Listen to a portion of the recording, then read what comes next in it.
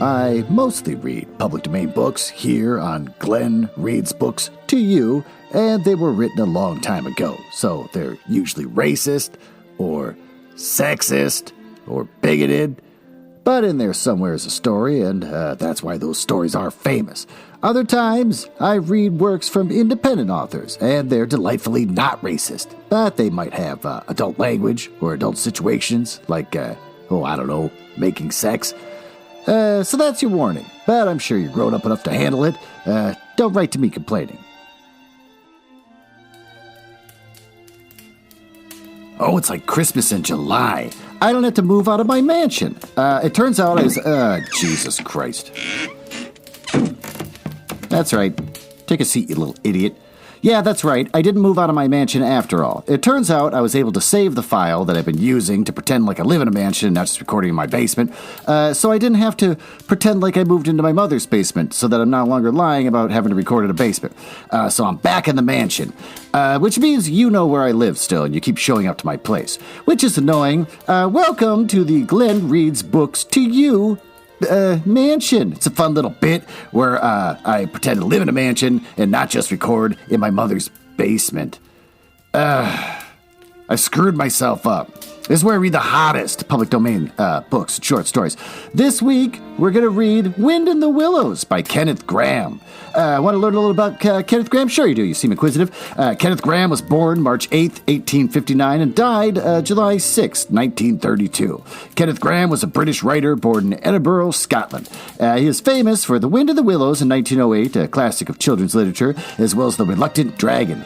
Both books were later adapted for stage and film, of which A.A. Milne made The Toad of Toad Hall, based on part in The Wind of the Willows. Other adaptations include Cosgrove Hall in The Wind of the Willows film, a subsequent long-running television series. Oh, that's right, I tried watching that as a kid. I always thought it was so boring. I've never gotten through this book and I know nothing about it, so this is going to be an adventure for me. And the Walt Disney films, The Adventures of Ichabod and Mr. Toad, and The Reluctant Dragon. Want to hear some fun facts? Sure. The structure and setting of the novel came from bedtime stories that Grahame told to his son Alistair, which were further developed in letters he wrote while he was alone on boating vacations. Bring Alistair with you. The character of Toad, a wealthy and friendly but impulsive personality, was inspired by Alistair, that sounds kind of lame, who was born partially blind and suffered from health problems until his death at the age of 20.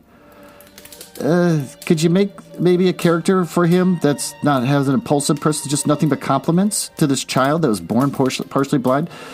A. Milne, author of Winnie the Pooh, adapted the novel for the stage in 1929's The Toad of Toad Hall, focusing on the chapters that tell of Toad's misadventures.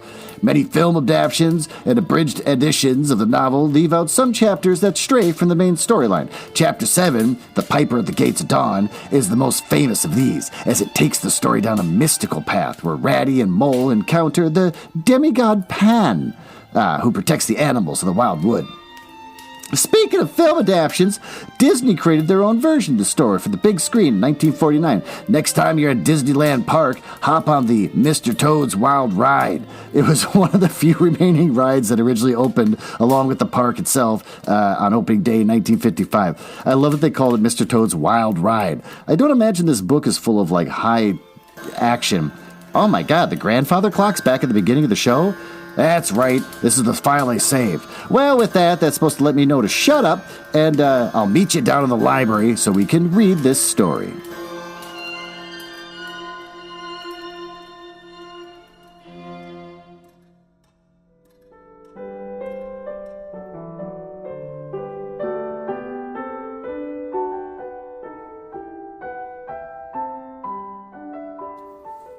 There you go. Get yourself all settled in there in the big Naugahyde chair here in my library of the mansion I don't have to move out of. Chapter 1, The Riverbank.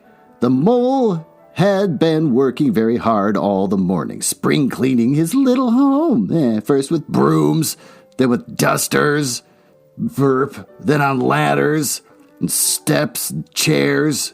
With a brush and a pail of whitewash, till he had dust in his throat and eyes, and splashes of whitewash all over his black fur, and an aching back and weary arms.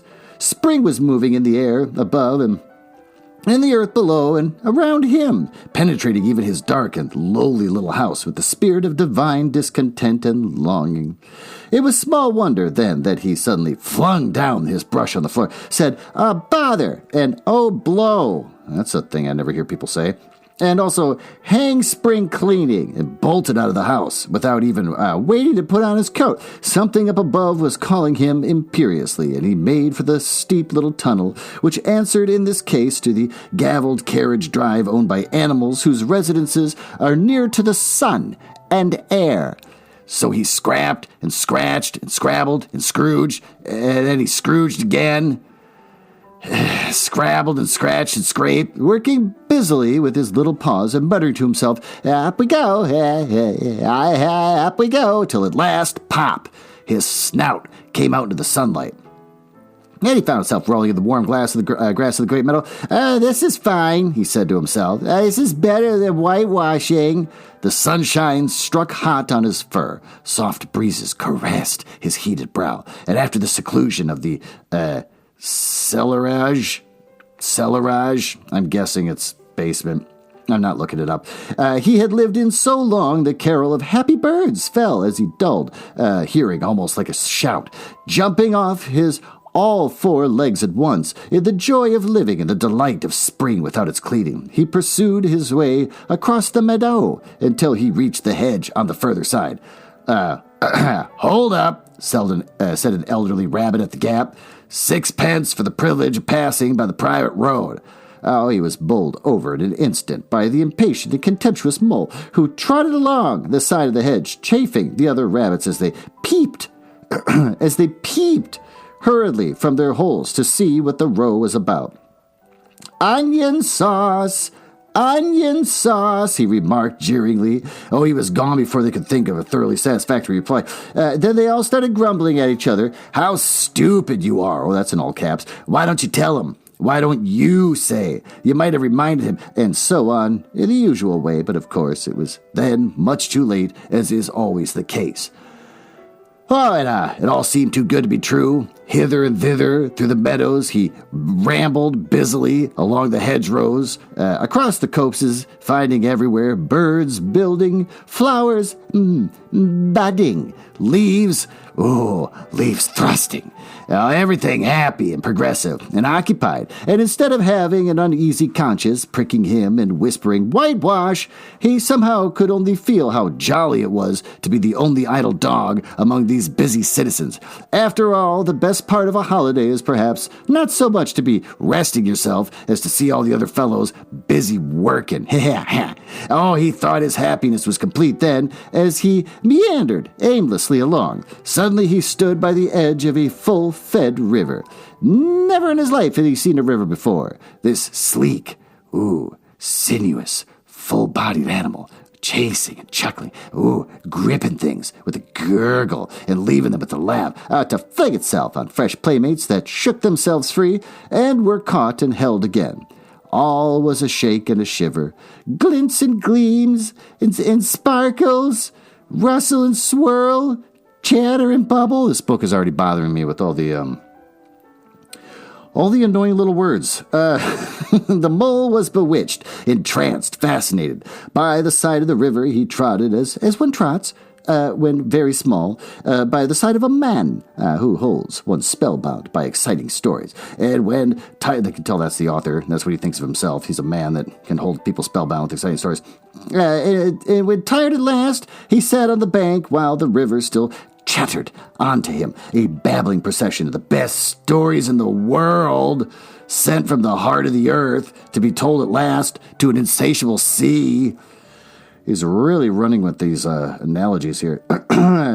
As he sat on the grass and looked across the river, a dark hole in the bank opposite, just above the water's edge, caught his eye, and dreamily he fell to considering what a nice, snug dwelling place it would be for an animal with few wants and fond of bayou riverside residence, above flood level and remote from noise and dust. As he gazed, something bright and small seemed to, twinkled down in the heart of it, vanished, then twinkled once more like a tiny star. Oh, but it could hardly be a star in such an unlikely situation, and it was too glittering and small for a glowworm.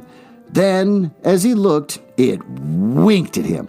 Oh, it so declared itself to be an eye, and a small face began gradually to grow up around it like a frame, round a picture. Oh, a brown little face, with whiskers. A grave, round face with the same twinkle in its eye that had first attracted its notice. Small, neat ears and thick, silky hair. It was a water rat. Then the two animals stood and regarded each other cautiously. "Hello, mole," said the water rat. "Hello, rat," said the mole. "Would you like to come over?" inquired the rat presently. "Oh, it's all very well to talk," said the mole, rather pettishly. Pettishly. We're looking up pettishly. Childishly bad-tempered or petulant. All right. Well, that was a waste of time. He, being new to the riverside life and its ways, the rat said nothing but stooped and unfastened a rope and hauled on it, then lightly stepped into a little boat which the mole had not observed. It was painted blue outside and white within. It was just the size for two animals, and the mole's whole heart went out to it at once. Oh, now he doesn't think so badly about the rat. Oh, even though he did not yet fully understand its uses, the rat scullied smartly across and made fast, and then held up its forepaw as the mole stepped gingerly down. "Lean on that," he said. "Now then, step lively."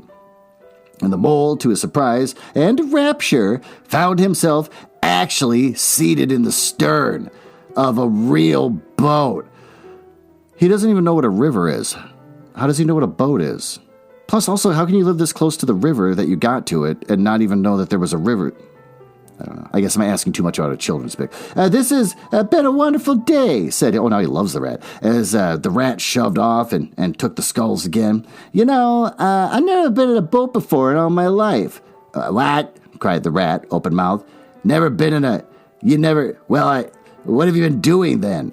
"It's so nice as all that?" asked the mole shyly, though he was quite prepared to believe it as he leant back in his seat and surveyed the cushions. Oh, the oars. And the rowlocks, and the fascinating fittings, and felt the boat sway slightly under him. "Nice!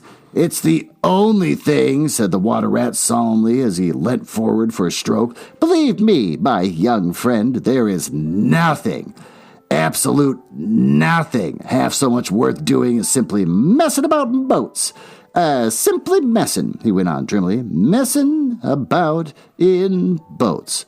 Messing. Look ahead, rat," cried the mole suddenly. That was too late. The boat struck at the bank full tilt. The dreamer, the joyous oarsman, lay on his back at the bottom of the boat with his heels in the air. "About boats, or with boats," the rat went on composedly, picking himself up with a pleasant laugh. "In or out of them, it doesn't matter. Nothing seems to really matter. That's the charm of it. Whether you get away or whether you don't, whether you arrive at your destination or whether you, reach somewhere else, or whether you never get anywhere at all. Oh, you're always busy. You never do anything in particular. And then when you're done, there's always something else to do. And if you can do it, if you like, but you're much better not. Look here, if you've really nothing else on hand this morning, supposing we drop down the river together and have a long day of it." The mole waggled his toes from sheer happiness, spread his chest with a sigh of full contentment, and leaned back blissfully into the soft cushions. "What," in all caps, "a day I'm having," he said. "Let us start at once."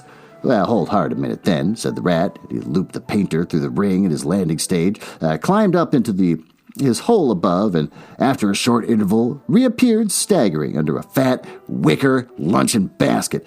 "Shove that under your feet," he observed to the mole as he passed it down the boat. Then he untied the painter and took the skulls again. "What's inside it?" asked the mole, wriggling with curiosity. "That is, cold chicken inside it," replied the rat briefly. "Cold tongue, cold ham, cold beef, pickled gherkin salad, French rolls." This is all one word. Cold tongue, cold ham, cold beef, pickled gherkin salad, French rolls. Crescent, that's all one word. Then another big long one. D-Witch's spotted meat, ginger beer, lemonade, soda water. Okay, whatever that was for. Oh, stop, cried the mole in ecstasies. This is too much. Do you really think so? Inquired the rat, seriously. It's only what I always take on these little excursions, and the other animals are always telling me that I'm a mean beast and cut it very fine. The mole never heard a word he was saying, absorbed in the new life he was entering upon, intoxicated with the sparkle, the ripple, the scents, the sounds, and the sunlight. Oh, he trailed a paw on the water and dreamed long, waking dreams. The water rat, like the good fellow he was, scullied on steadily and forbore to disturb him. I like your clothes, awfully, old chap, he remarked after some half an hour or so had passed. I'm going to get a black velvet smoking suit myself someday, as soon as I can afford it. I beg your pardon, said the mole, pulling himself together with an effort. You must think me very rude, but all this is so new to me. So this is a river. The river, corrected the rat. And you really live by the river? Yeah, what a jolly life.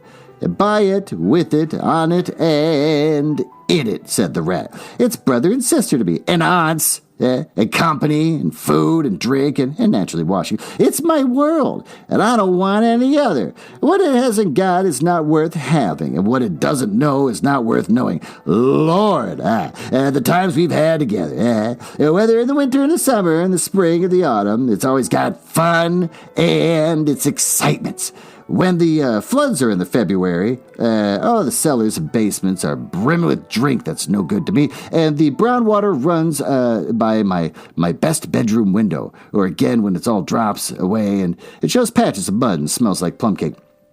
And the rushes, and the weed clogging channels, and I can potter about dry shod over most of the bed of it and find fresh food to eat. The things careless people have dropped out of boats. But isn't it, a bit dull at times, the mole ventured to ask? Just you and the river, and no one else to pass a word with? No one else to, well, I mustn't be hard on you, said the rat with forbearance. You're new to it, and of course you don't know. The bank is so crowded nowadays that many people are moving away altogether. Oh, no, it isn't what it used to be at all. Otters, kingfishers, dab chicks, moorhens, all of them about all day long and always wanting you to do something, as if a fellow had no business of his own to attend to. What lies over there? Asked the mole, waving a paw toward the background of a woodland that darkly framed the water meadows on one side of the river. That's just the wild wood, said the rat shortly. We don't go there very much, we river bankers. Aren't they very nice people in there? Said the mole, a trifle nervously. Well, replied the rat, let me see. The squirrels are all right, and the rabbits, some of them. But rabbits are mixed up a lot. And then there's the badger, of course. He lives right in the heart of it. Would live anywhere else, either if you paid him to do it. Dear old badger. Nobody interferes with him. Oh, they better not, he added significantly. Why, who should interfere with him? Asked the mole. Well, of course, there are others, explained the rat in a hesitating sort of way. Weasels and stoats. And foxes, and so on. Oh, they're all right in the way. I'm very good friends with them. Past the time of day when we meet and all that, but, they break out sometimes, and there's no denying it. And then, you can't really trust them, and that's a fact. The mole knew well that it is quite against animal etiquette to dwell on possible trouble ahead, so even to allude to it, he dropped the subject. And beyond the wild wood again, he asked, where it's all blue and dim and one sees, what may be hills, or perhaps they mate, and something like the smoke of towns, or is that only cloud drift? Oh, beyond the wild woods comes the wild world, said the rat, and that's something that doesn't matter, either to you or me. I've never been there, and I'm never going to either. And if you got any sense at all, don't refer to it again, please. And now, here, our backwater at last, where we're going to lunch. Now, leaving the main stream, they now passed into what seemed like a first sight, like a little landlocked lake. Green turf sloped down to either edge, and brown, snaky tree roots gleamed below the surface of the quiet water. While ahead of them, the silvery shoulder and foamy tumble of weir Arm in arm with restless, dripping mill wheel that held up its turn, a gray, gabbled mill house filled the air with a soothing murmur of sound, dull and smothery. Yet the little clear voices speaking up cheerfully out of its intervals. Oh, it was so beautiful that the mole could only hold up both forepaws and gasp, "Oh my, oh my, oh my." The rat brought the boat alongside the bank and made her fast, helped the still awkward mole safely ashore, and swung out a luncheon basket. The mole begged as a favor to be allowed to unpack it all by himself, and the rat was very pleased to indulge him and to sprawl at full length on the grass and rest, while his excited friend shook out the tablecloth and spread it, took out all the mysterious packets one by one and arranged their contents in due order, still gasping, oh my, at each fresh revelation. When all was ready, the rat said, "Now pitch in, old fellow," and the mole was indeed very glad to obey, for he started his spring cleaning at a very early hour that morning, as people will do, that was in all caps, that's weird, and had not paused for a bite or sup. I never liked it when they described eating as just sup. And then he had been through a very great deal since that distant time, which now seems so many days ago. What are you looking at?" said the rat presently, when the edge of their hunger was somewhat dulled, and the mole's eyes were able to wander off the tablecloth a little. "I'm looking," said the mole, "at a streak of bubbles that I see traveling on the surface of the water. That is a thing that strikes me as funny." "Bubbles? Oh," said the rat, and chirruped cheerfully in an inviting sort of way. A broad, glistening muzzle showed itself above the edge of the bank, and the otter hauled himself out and shook the water from his coat. "Greedy beggars," he observed, making for a provender. "Why didn't you invite me, Ratty?" "Oh, this is an impromptu affair," explained the rat. "By the way, my friend, Mr. Mole." "Proud, I'm sure," said the otter, and the two animals were friends forthwith. Well, that was easy. "Such a rumpus everywhere," continued the otter. "All the world seems out on the river today. I came up this backwater to try and get a moment's peace, and then stumble upon you fellows. At least, I beg pardon. I don't exactly mean that, you know." There was a rustle behind them, proceeding from a hedge wherein last year's leaves still clung thick, and a stripy head with high shoulders behind it peered forth on them. "Come on, old badger," shouted the rat, and the badger trotted forward a pace or two, and then grunted, company, turned his back and disappeared from view. "That's just the sort of fellow he is," observed the disappointed rat. "Simply hates society. Now we shan't see any more of him today. Well, tell us, who's out on the river?" "Toad's out, for one," replied Otter. "It is brand new wagger boat, new togs, new everything." The two animals looked at each other and laughed. "Once it was nothing but sailing," said the rat, "when he tired of that and took to punting. Nothing would please him but to punt, all day and every day. And a nice mess he made of it. Last year he was houseboating, and then we all had to go on and stay with him in his houseboat and pretend that we liked it. Oh, he's going to spend the rest of his life in a houseboat. It's all the same. Wherever he takes up, he gets tired of it and starts on something fresh. Oh, it's such a good fellow, too," remarked the otter reflectively, "but no stability, especially in a boat." From where they sat, they could get a glimpse of the main stream across the island that separated them. And then just then a Wagner boat flashed into view. The rower, a short, stout figure, splashing badly and rolling a good deal, but working his hardest. The rat stood up and hailed him. But Toad, for it was he, shook his head and settled sternly to his work. "He'll be out of the boat in a minute if he rolls like that," said the rat, sitting down again. "Of course he will," chuckled the otter. "Did I ever tell you that good story about Toad and the lock keeper? It happened this way. Toad, an errant mayfly, swerved unsteadily, artport and current in the intoxicated fashion affected by young bloods of mayflies seeing life, a swirl of water, and kloop, and the mayfly was visible no more. Neither was the otter. The mole looked down. His voice was still in his ears, but the turf whereon he had sprawled was clearly vacant, not an otter to be seen, as far as the distant horizon. But again, there was a streak of bubbles on the surface of the river.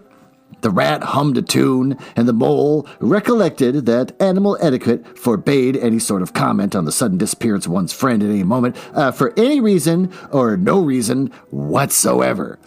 Well, said the rat, I suppose we ought to get moving. I wonder which of us had better pack the luncheon basket. He did not speak as if he was frightfully eager for the treat.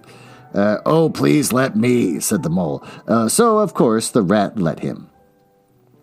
Packing the basket is not such a pleasant work as unpacking the basket. It never is, but the mole was bent on enjoying everything. And although just when he had got the basket packed and strapped up tightly, he saw a plate staring up at him from the grass. And when the job had been done again, the rat pointed out his fork, which anybody ought to have seen. And last of all, behold, the mustard pot, which he had been sitting on without knowing it. Still, somehow the thing got finished at last, and without much loss of temper.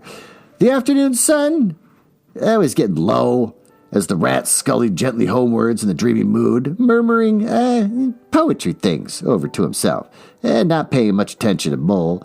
Well, the mole was very much full of lunch, self-satisfaction, and pride. And already quite at home on a boat, or so he thought. It was getting a bit restless besides, and presently he said, Ratty, please, I want to row now. The rat shook his head with a smile. Not yet, my young friend, he said. Wait till you've had a few lessons. It's not so easy as it looks. The mole was quiet for a minute or two, but began to feel more and more jealous of the rat, sculling so strongly and so easily along. His pride began to whisper that he could do it every bit as well. He jumped up and seized the sculls so suddenly that the rat, who was gazing out over the water and saying more poetry things to himself, and was taken by surprise, fell backward off his seat with his legs in the air for the second time, and while the triumphant mole took his place and grabbed the sculls with an entire confidence. Stop it, you silly ass, cried the rat from the bottom of the boat. You can't do it. You'll have us over. The mole flung his sculls back with a flourish and made a great dig at the water. Verp, he missed the surface altogether, and his legs flew up over his head, and he found himself lying on the top of the prostrate rat. Greatly alarmed, they made a grab at the side of the boat, and the next moment, sploosh. Over went the boat, and he found himself struggling in the river. Oh my, how cold the water was, and oh, how very wet it felt. What? It's water. It's only going to feel so wet. It's not like water feels more wet than other times. How it sang in his ears as he went down, down, down. How bright and welcome the sun looked as he rose to the surface, coughing and spluttering. How black was his despair when he felt himself sinking again. Then a firm paw gripped him by the back of his neck. It was the rat, and he was evidently laughing. The mole could feel him laughing, right down to his arm, through his paw, and into the mole's neck. The rat got hold of a skull and shoved it under the mole's arm, and then he did the same by the other side of him and swam behind, propelled the helpless animal to shore, hauled him out, set him down on the bank, a squashy, pulpy lump of misery. When the rat had rubbed him down a bit, and wrung some of the wet out of him, and said, Now then, old fellow, trot up and down the towing path as hard as you can, till you're warm and dry again, while I dive for the luncheon basket. So the dismal mole, wet without and ashamed within, trotted about till he was fairly dry, while the rat plunged into the water again, recovered the boat, righted her, made her fast, fetched the floating property to shore by degrees, and finally dived successfully for the luncheon basket and struggled to land with it. When all was ready for a start at once, the mole, limp and dejected, took his seat in the stern of the boat. And as they set off, he said in a low voice, broken with emotion, Ratty, my generous friend, I'm very sorry, and indeed for my foolish and ungrateful conduct. My heart quite fails me when I think how I might have lost that beautiful luncheon basket. Indeed, I have been a complete ass, and I know it. Will you overlook it this once and forgive me and let things go on as before? Ah, that's right, bless you, responded the rat cheerily. What's a little wet to a water rat, I'm more the water than out of it most days. Don't you think any more about it? Look here, I really think you had better come and stop with me for a little time. It's very plain and rough, and not like Toad's house at all, but you haven't seen that yet. Still, I can make you comfortable, and I'll teach you to row and to swim, and you'll soon be as handy on the water as any of us.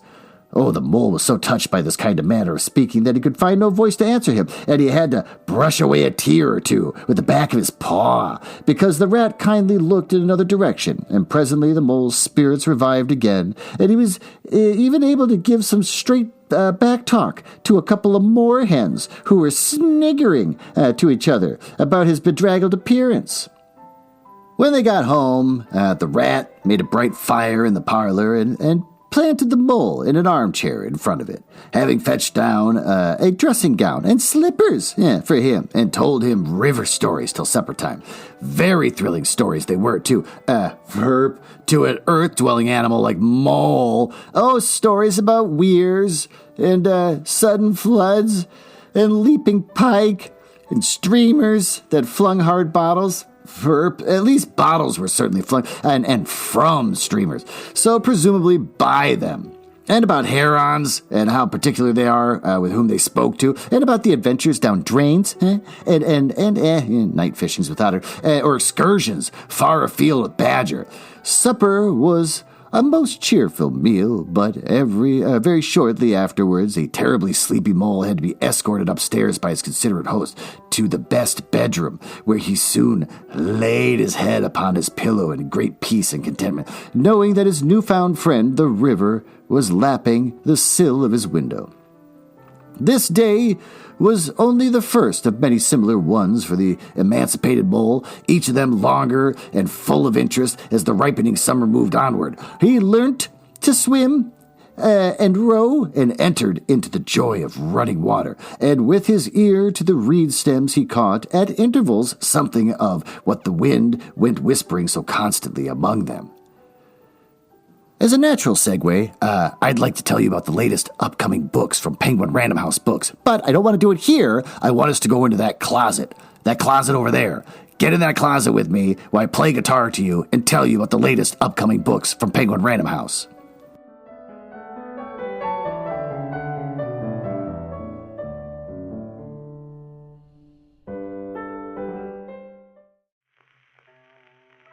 Yeah, there you go. Yeah, I know, it's a little cramped. I just don't I like to break things up a little bit. And besides the smoking room, I don't have any other room that's appropriate for us to go to. So we're going to hang out in the closet.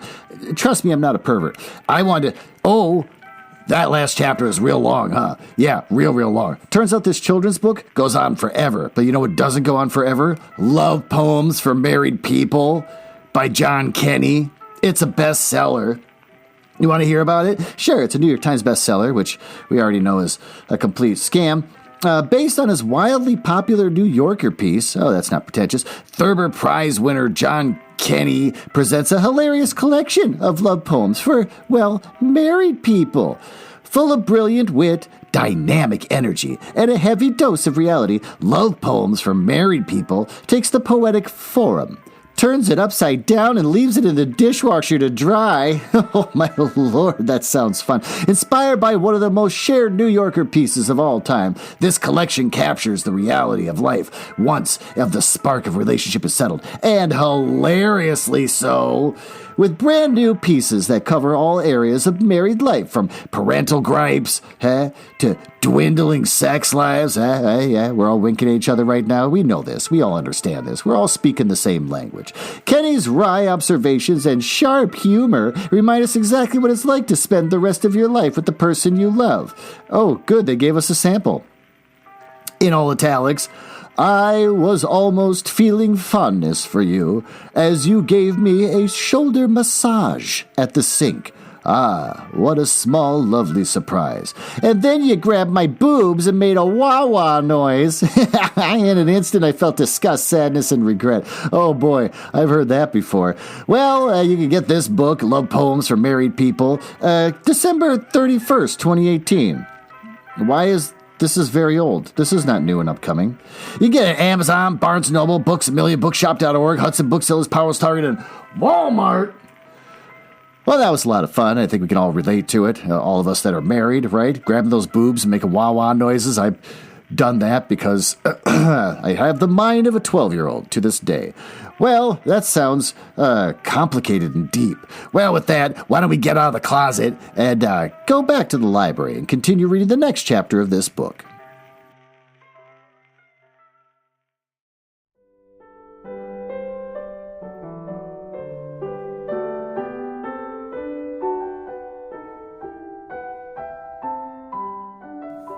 Hold on.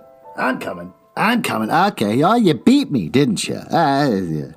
Are you comfortable there in my Naugahyde chair? Yeah, are you? I still get to keep my place. I get to keep the mansion. And I just am so happy I can provide this kind of environment for you, someone that wasn't invited to even be here.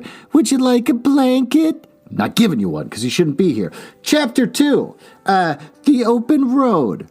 Ratty, said the mole suddenly, one bright summer morning. If you please, I want to ask you a favor.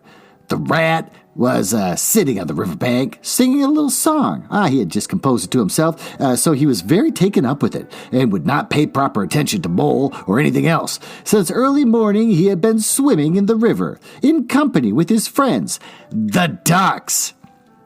And when the ducks stood on their heads suddenly, as ducks will, he would dive down and tickle their necks, just under where their chins would be if the ducks had chins. Till they were forced to come to the surface again in a hurry, spluttering and angry and shaking their feathers at him. For it is impossible to say quite all you feel when your head is under water. At last, they implored him to go away and attend to his own affairs and leave them to mind theirs. So the rat went away, and he sat on the river bank in the sun and made up a song about them, which he called, oh, god damn it, it's a song. Duck's Ditty. All along the backwater, through the rushes tall, ducks are a-dabbling, up tails all, exclamation point. Ducks' tails, drakes' tails, yellow feet a-quiver, yellow bills all out of sight, busy in the river, exclamation point. This is a great song if it's got exclamation points. Slushy green undergrowth where the roach swim. Where here we keep our larder cool, full, and dim. Everyone for what he likes! Exclamation point. We, in italics, like to be. Heads down, tails up, dabbling free. High in the blue above, shift, swirl, and call. We, in italics, down a dabbling, up tails all. Thank God it's over. I don't know that I think so very much that little song. Rat, observed the mole cautiously. Oh, what a dick. Just let you sleep there, and now you're being a dick. He was no poet himself. He didn't care who knew it, and he had a candid nature. Nor don't the ducks neither, replied the rat cheerfully. They say, why can't fellows be allowed to do what they like when they like and as they like, instead of other fellows sitting on the banks, watching them all the time and making remarks and poetry and things about them? What nonsense it all is. That's what the ducks say. So it is, said the mole with great heartiness. No, it isn't, cried the rat indignantly. Well, then it isn't, replied the mole soothingly. But what I wanted to ask you was, won't you take me to call on Mr. Toad? I've heard so much about him, and I do so want to make his acquaintance. Why, certainly, said the good-natured rat, jumping to his feet and dismissing poetry from his mind for the day. Get the boat out, and we'll paddle up there at once. Oh, it's never the wrong time to call in Toad. Early or late, he's always the same fellow. Always good-tempered, always glad to see you, always sorry when you go. Kind of weird that you just got done staying at a person's house. You wake up the next morning like you suck at poetry. I want to go hang out with somebody else. He must be a very nice animal, observed the mole as he got into the boat and took the sculls. While the rat settled himself comfortably in the stern. He is indeed the best of animals, replied the rat. So simple, so good-natured, and so affectionate. Perhaps he's not very clever, but we all can't be geniuses, and that may be that he is both boastful and conceited, but he has got some great qualities, has Toady. Rounding a bend in the river, they came in sight of a handsome, dignified old house of mellowed red brick, with well-kept lawns reaching down to the water's edge. "There's Toad Hall," said the rat. "And that creek on the left, where the notice board says private, no landing allowed, leads to his boathouse. Here, where we'll leave the boat. The stables are all over to the right. There's the banqueting hall you're looking at right now. Very old, that is. Toad is rather rich, you know. He is really one of the nicest houses in these parts, though we never admit as much to Toad." They glided up the creek, and the mole slipped his sculls as they passed into the shadow of the large boathouse. Here, they saw many handsome boats, slung from the crossbeams or hauled up on a slip, but none in the water, and the place had an unused, deserted air. The rat looked around him. "I understand," said he. "Boating is played out. He's tired of it and done with it. I wonder what new fad he's taking up now. Come along, and let's look him up. We shall never hear all about it quite soon enough." They disembarked and strolled across the gay, flower-decked lawns in search of Toad, whom they presently happened upon resting in a wicker garden chair, with a preoccupied expression on his face and a large map spread out on his knees. "Oh, hooray!" he cried, jumping up and seeing them. "This is splendid." He shook the paws of both of them warmly, never waiting for an introduction to the mole. "How kind of you," he went on, dancing around them. "I was just going to send a boat down the river for you, Ratty, with strict orders that you were to be fetched up here at once, whatever you're doing, and I want you badly. Both of you. Now, what do you take? Come inside, let's have something. You don't know how lucky it is you turning up just now." "Let's sit quiet a bit, Toady," said the rat, throwing himself to an easy chair, while the mole took another by the side of him and made some civil remark about Toad's delightful residence. "Oh, finest house in the whole river," cried Toad boisterously. "Or anything else for that matter." He could not help adding, here the rat nudged the mole. Unfortunately, the Toad saw him do it and turned very red. There was a moment's painful silence. Then Toad burst out laughing. "All right, Ratty," he said. "It's only my way, you know. It's not such a very bad house, is it? You know you rather like it yourself. Now, look here, let's be sensible. You are the very animals I wanted, and you got help to help me. It's most important." "It's about your rowing, I suppose," said the rat with an innocent air. "You're not getting on fairly well, though you splash a good bit still. With a great deal of patience and any quantity of coaching, you may—" Oh, pooh, boating," interrupted Toad, in such great disgust. "Silly boyish amusement. I've given that up long ago. Sheer waste of time, that's what it is. It makes me downright sorry to see you fellows. Oh, who ought to know better, spending all your energies in that aimless manner. No, I've discovered the real thing. The only genuine occupation for a lifetime. I propose to devote the remainder of mine to it, and can only regret the wasted years that lie behind me, squandered in trivialities. Come with me, dear Ratty, and your amiable friend also, who's never learned his name yet, and if you will be so very good just as far as the stable yard, and you shall see what you shall see." I led the way to the stable yard accordingly, the rat following with the most mistrustful expression, and there, drawn out on the coach house into the open, they saw a gypsy caravan. Ugh, really? I just said that out loud. It caught me off guard. It's not like I read these things ahead of time. Shining with newness, painted a canary yellow, picked out with green and red wheels. "There you are," cried Toad, straddling and then expanding himself.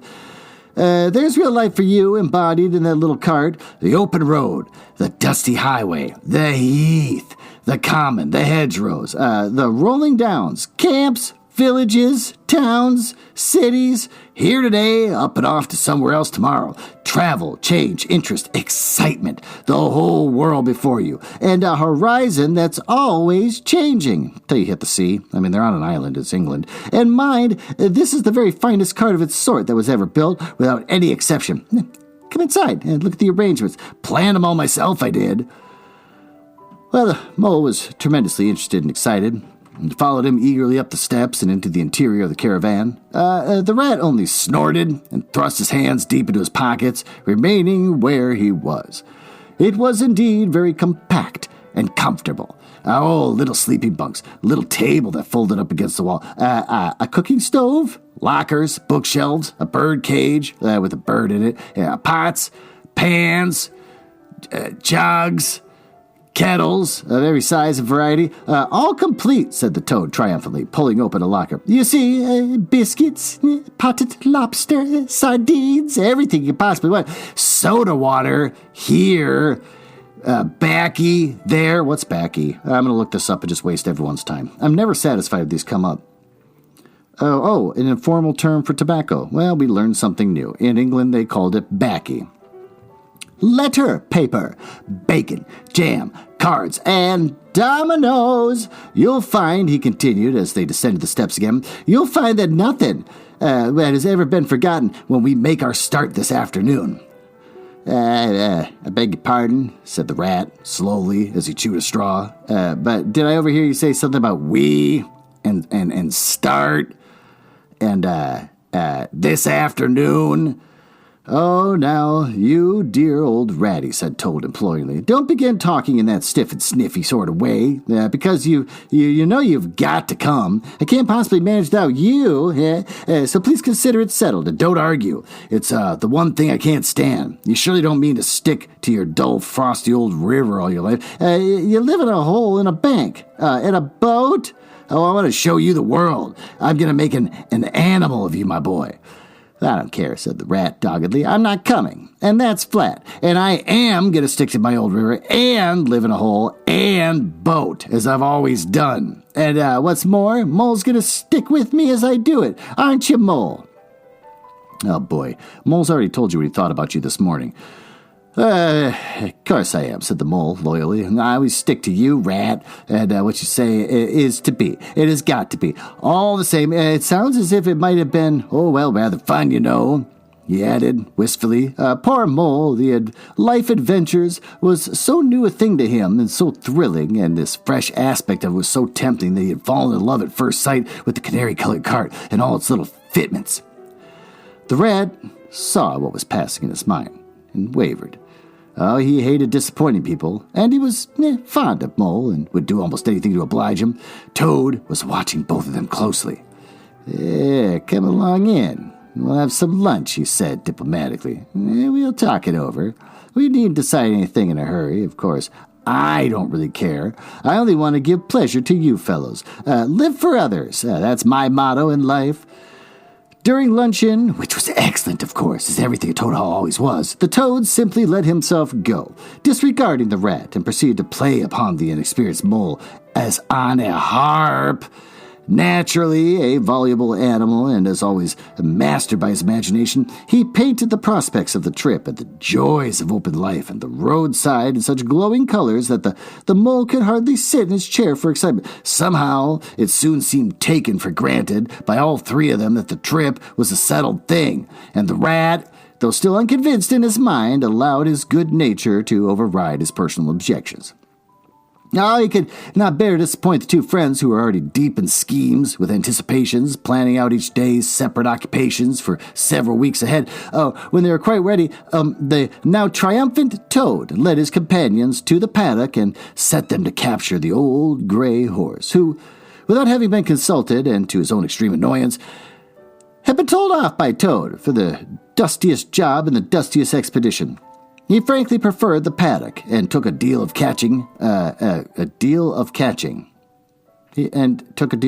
Whatever, that seems awkward. Meantime, Toad packed the locker still tighter with necessities and hung nose bags and nets of onions and bundles of hay and baskets for the bottom of the cart. At last, the horse was caught and harnessed, and they set off, all talking at once, each animal either trudging by the side of the cart or sitting on the shaft as the humor took him. Oh, it was a golden afternoon. The smell of the dust they kicked up was rich and satisfying, and out of thick orchards on either side of the road, birds called, and whistled to them cheerily. Good-natured wayfarers passing them gave them good day, or stopped to say nice things about their beautiful cart. And rabbits, sitting at their front doors in the hedgerows, held up their forepaws and said, "Oh my, oh my, oh my." Late in the evening, Tired and happy and miles from home, they drew up on a remote common far from habitations and turned the horse loose to graze and ate their simple supper. Sitting on the grass by the side of the cart, Toad talked big about all he was going to do in the days to come, while stars grew fuller and larger around them, and a yellow moon, appearing suddenly and silently from nowhere in particular, came to keep them company and listen to their talk. At last, they turned in their little bunks in the cart, and Toad, kicking out his legs, Sleepy said, good night, you fellows. And this is the real life for a gentleman. Talk about your old river. I don't talk about my river, replied the patient rat. You know I don't, Toad, but I think about it, he added, pathetically in a lower tone. I think about it all the time. The mole reached out from under his blanket and felt for the rat's paw in the darkness, weird, and gave it a squeeze. Okay, and I'll do whatever you like, Ratty, he whispered. Shall we run away tomorrow morning, quite early, very early, and go back to our dear old hole on the river? No, we'll see it out, whispered the rat back. Thanks awfully, but I ought to stick by Toad till this trip is ended. It wouldn't be safe for him to be left to himself. It wouldn't take very long. His fads never do. Good night. The end was indeed nearer than even the rat suspected. After so much open air and excitement, the Toad slept very soundly, and no amount of shaking could rouse him out of bed next morning. So the mole and the rat turned to quietly and manfully. And while rat saw to the horse, what does that mean? So the mole and the rat turned to quietly and manfully. Whatever, and while the rat saw to the horse and lit a fire and cleaned last night's cups and platters and got things ready for breakfast, the mole trudged off to the nearest village, a long way off, for milk and eggs. In various necessities the Toad had, of course, forgotten to provide. The hard work had all been done. The two animals were resting, thoroughly exhausted, by the time Toad appeared on the scene, fresh and gay, remarking what a pleasant, easy life it was they were all leading now, after the cares and worries and fatigues of housekeeping at home.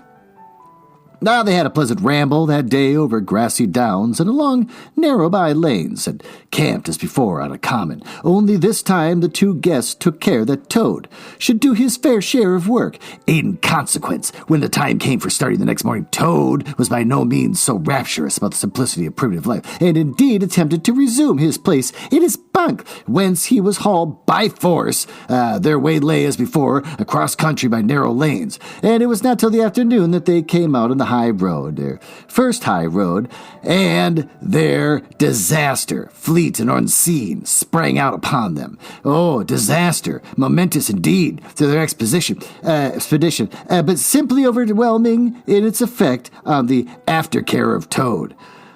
Oh, they're strolling along the high road easily, the mole by the horse's head taking to him, since the horse had complained that he was being frightfully left out of it, and nobody considered him in the least. And the Toad, yeah, that's the thing. You have these animals wearing little coats and clothes, but the horse is just an animal. The rest of them are anthropomorphic, just little men or whatever in weird animal bodies, but the horse is still a horse. And he's crying out like, you guys leave me out of everything. This has got a really creepy edge to it. At least Toad was walking, and Rat was saying in intervals, yes, precisely. And what did you say to him? And thinking all the time of something very different, when far behind them they heard a faint, warning hum, like the drone of a distant bee. Glancing back, they saw a small cloud of dust with dark center of energy advancing on them in incredible speed, while from out of the dust a faint poop-poop wailed like an uneasy animal in pain.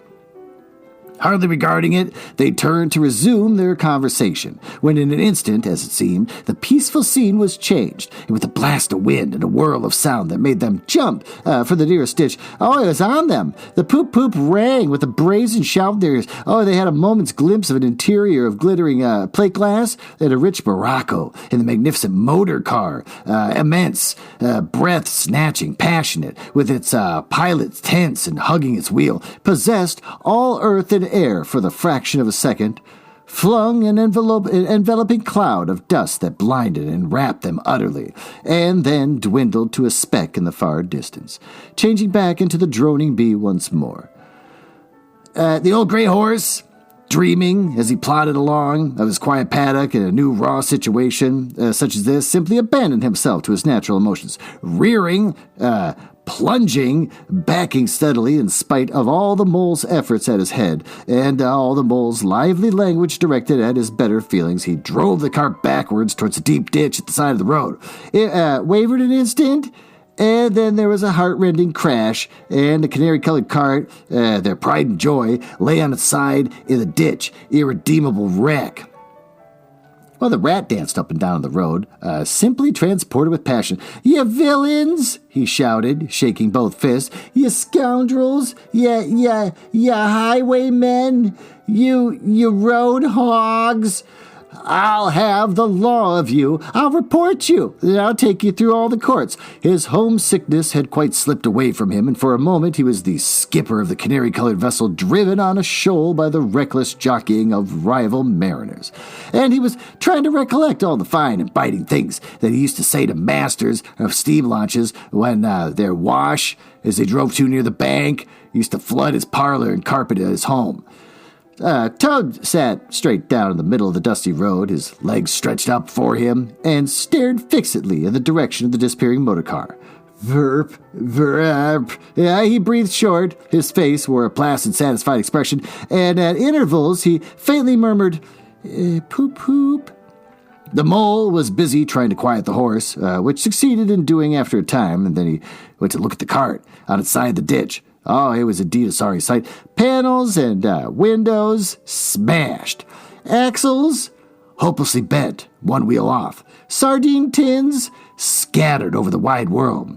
And the bird in the bird cage sobbing pitifully and calling out to be let out. That's another thing. The bird. How come the bird? If the bird wore a little jacket, would they have him in a cage? Probably not. Apparently some animals just aren't human enough, and some are slaves. It's really weird. The rat came to help him, but their united efforts were not sufficient to right the cart. "Hi, Toad," they cried. "Come bear a hand, can't you?" The toad never answered a word or budged from his seat in the road. So they went to see what was the matter with him, and they found him in a sort of trance. A happy smile on his face, his eyes still fixed on the dusty wake of the destroyer. At intervals, he was still heard to murmur, "Poop, poop." The rat shook him by the shoulder. "Are you coming to help us, Toad?" he demanded sternly. "Glorious, stirring sight," murmured Toad, who, never offering to move, the poetry of motion, the real way to travel, the only way to travel. Here today, in the next week, tomorrow. Villages skipped, towns, cities jumped, always somebody else's horizon. Oh, bliss! Oh, poop-poop! Oh, my! Oh, my! "Oh, stop being an ass, Toad!" cried the mole despairingly. Oh, look at the mole suddenly busting out. He's losing that animal etiquette he was talking about earlier. "And to think I never knew," went on the toad in a dreamy monotone, "all those wasted years that lie behind me. I never knew. I never even dreamt.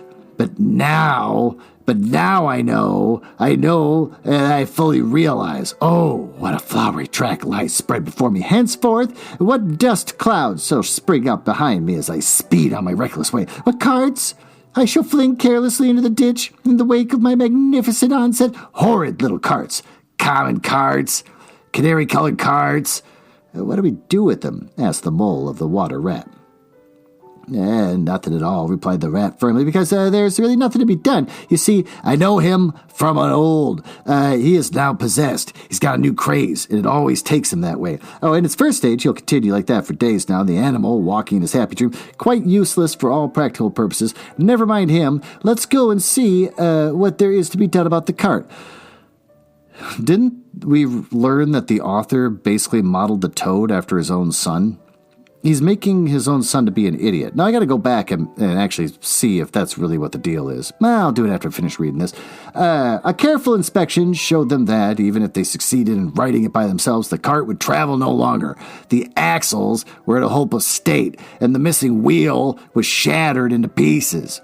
Oh, the rat knotted the horse's reins over his back and took him by the head, carrying the birdcage and its hysterical occupant on the other hand. Come on, he said grimly to the mole. It's 5 or 6 miles to the nearest town, and we shall just have to walk it. The sooner we make a start, the better. But what about Toad? Asked Mole anxiously as they set off together. We can't leave him here, sitting in the middle of the road by himself. In the distracted state he's in, it's not safe. Supposing another thing were to come along. Oh, bother, Toad, said the rat savagely. I'm done with him. They had not proceeded very far on their way, however, when there was a pattering of feet behind them, and Toad caught up with them and thrust a paw inside the elbow of each of them. Toads don't have paws, but okay, fine. Still breathing ashort and staring into vacancy. Now look here, Toad, said the rat sharply. The rat sharply. As soon as we get to town, you'll have to go straight to the police station, see if they know anything about that motor car and who it belongs to, and lodge a complaint against it. And then you have to go to a blacksmith or a wheelwright's and arrange for the cart to be fetched and mended and put to rights. It takes some time, but it's not quite a hopeless smash. Meanwhile, the mole and I will go to an inn and find a comfortable room where we can stay till the cart's ready, until your nerves have recovered their shock. A police station? A complaint? Murmured Toad dreamily. Me? Complain of that beautiful, that heavenly vision that has been vouchsafed me? Okay, what's vouchsafed? I hate this. I don't like doing this, but I have to know what the hell that means. Give or grant something to someone in a gracious or condescending manner. It is a blessing vouchsafed him by heaven. All right, whatever. Mend the cart. I've done with carts forever. I never want to see a cart or hear of it again. Oh, Ratty. You can't think how obliged I am, do you, for consenting to come on this trip. I wouldn't have gone without you, and then I might never have seen that swan, that sunbeam, that thunderbolt. I might never have heard that entrancing sound, or smelt that bewitching smell. I owe it all to you, my best of friends. The rat turned to him in despair. You see what it is, he said to the mole, addressing him across Toad's head. He's quite hopeless. I give up. When we get to town, we'll go to the railway station. With luck, we may pick up a train that'll get us back to the riverbank tonight. And if ever you catch me going pleasuring with this provoking animal again... He snorted, and during the rest of that weary trudge addressed his remarks exclusively to Mole.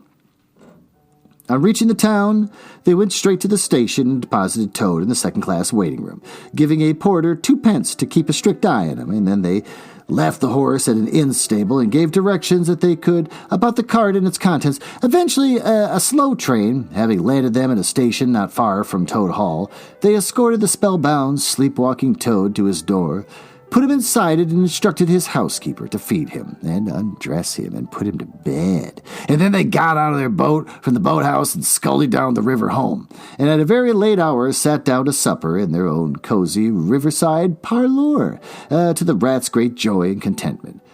The following evening, the mole, who had risen late and taken things very easy all day, was sitting on the bank, fishing, when the rat, who had been looking up his friends and gossiping, came strolling along to find him. Heard the news, he said.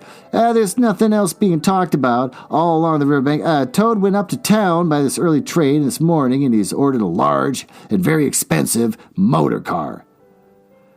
With that, why don't we go down to the smoking room, which we can still do, because I still live here. I was able to save the audio file, and we can review what the hell we just read.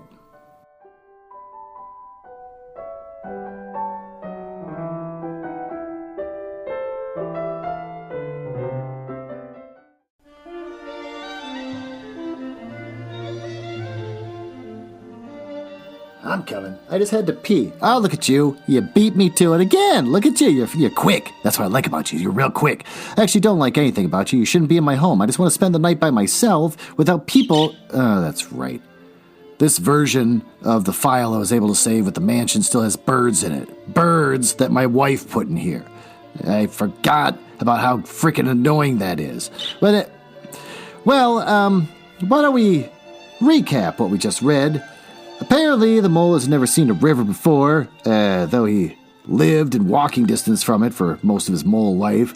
The movement of the water for him is like seeing the fourth dimension, and he can't wrap his mind around it. Then he meets the river rat, and when the rat pulls out a boat, Mole inherently understands what it is. His primal instincts toward an object he's never conceived of leap into action, and he floats with the rat down the river instead of just asking, "What is that thing? What does it do?" And they have a picnic on the bank and wrestle over control of the boat, where the mole nearly dies. The rat has to save him by pulling him out of the water. During this chapter, the first one, Mole meets a rabbit, a river rat, a frog, and an otter, and a badger, and some birds that make fun of him, and it's just a whole lot of shit. The other chapter, Frog convinces him to go on. Well, he wakes up and tells River Rat, "Thanks for letting me sleep at your place. Thanks for giving me the finest bedroom. I don't like your song. Also, I want to meet somebody else to hang out with. Can you take me to the richest guy around?" So he takes him to go see Frog, who convinces him to go on a road trip where they use a fellow animal, a horse, as a slave, while keeping another fellow animal, a bird, in a cage. There's no rules. What is it, because they can't afford clothes, little jackets and stuff? You can't afford little jackets, then suddenly you're not good enough? You're just going to be used as an actual animal the way we're used to them? It's weird. Also, I did go back and I looked it up. Basically, Frog is based after his son, Alistair. So this poor kid, who's partially blind, is being told that you're an impulsive idiot, and you're not very smart, and you don't take anything seriously, and you hop from one topic to another. I already don't like where this is going, so I think in the next episode I'm going to dig a little bit deeper and find out more about this author, because every single turn of the last century children's author turns out to be a horrible person. Even A.A. Milne, the author of Winnie the Pooh, seemed pretty normal, but apparently messed up his kids so much that the kids stopped talking to him and his wife for the rest of their lives. So I just would like to meet one author who's not a huge piece of shit. Talking to my wife earlier, she said, yeah, I don't think people that write children's books that are this long and this ridiculous, I don't think they're normal people.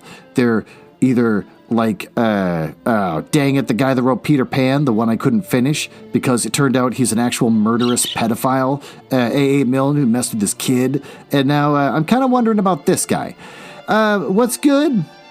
I guess, like, there's animals that talk. That's fun. I'm sure kids love it. These chapters are long as hell. This is a very long episode. So what's good?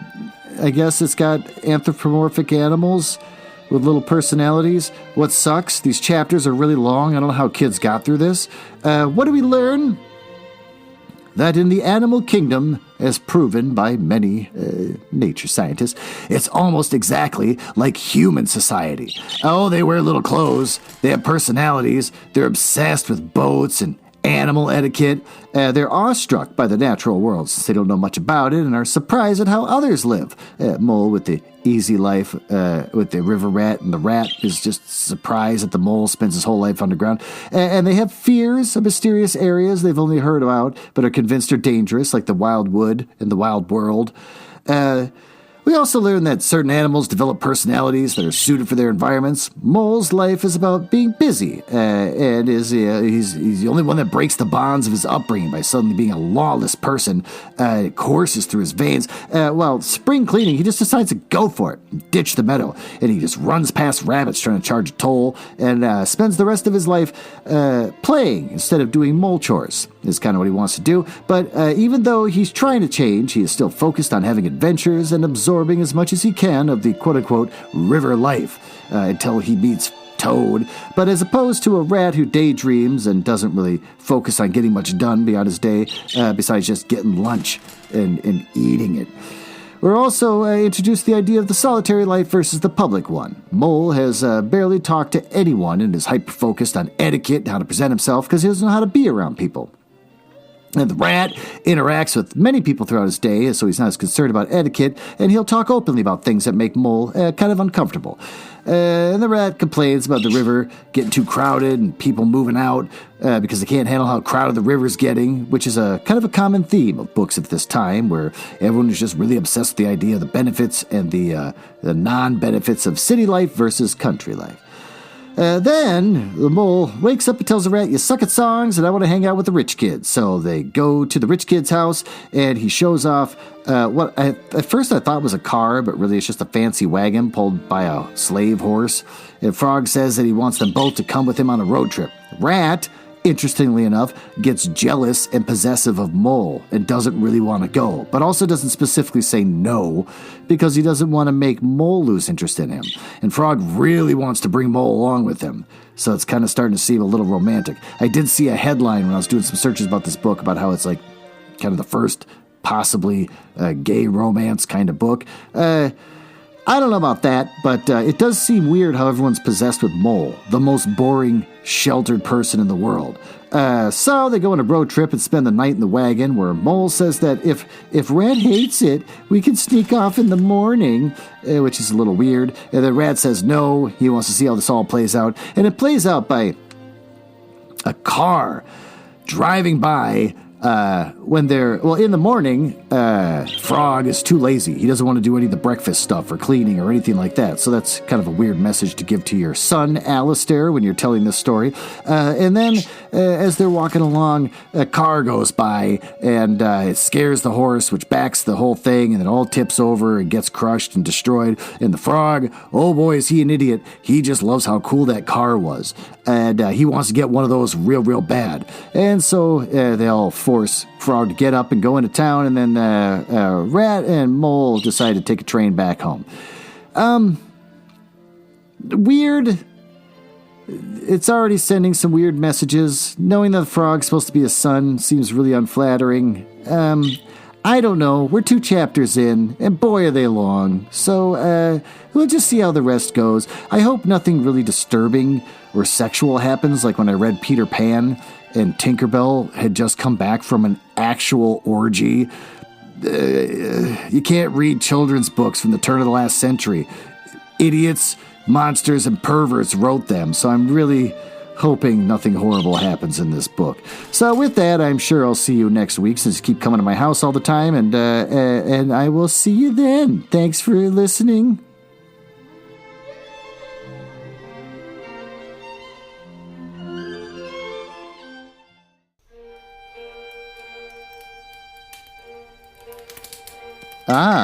Well, it appears you found me in the part of the podcast I hate the most, where I tell you all about the places on the internet where you can find me. You can tell I hate this because of the sound effects making it sound like a stormy night in the drawing room of the damned. Now, there's that. Are you cool? I like cool people. It's the reason why I got involved in this business to begin with, just to meet cool people. Not losers. So if you're cool, feel free to go over to my website, nuzzlehouse.com, which just points you to my link tree. Everything's on the link tree. Just go to the link tree if you want to see where I am. And of course, link tree has the dumbest URL in the world. linktr.ee/nuzzlehouse. It's the dumbest thing. If you go to nuzzlehouse.com, it's just going to reroute you over there after giving you some weird error about it not being secure. I hate it. I hate the internet. But if you go there, you get to hear some of the other stuff that I and my wife work on, like the Radio Mystery Theater show, where we try to recreate the same show that used to be on in the 70s, but they don't make any episodes anymore. So we make our own, and we just steal all their commercials. And also, Just Dating the Curious Mind, we made a Christmas album. If you go to our link tree, you can see that we made a Christmas album. It's the first thing we did after getting married, which I think everyone should do when they get married, is start talking about the Christmas album they're going to make. And we're working on a new show where we give relationship advice by reading paranormal smut. And since I think you might be cool, you can always just email me directly, glenn.nuzzles@gmail.com. But don't email if you're a nerdling or a dork. Now, back to business. Can't believe I drank all of them already. There's got to be one left.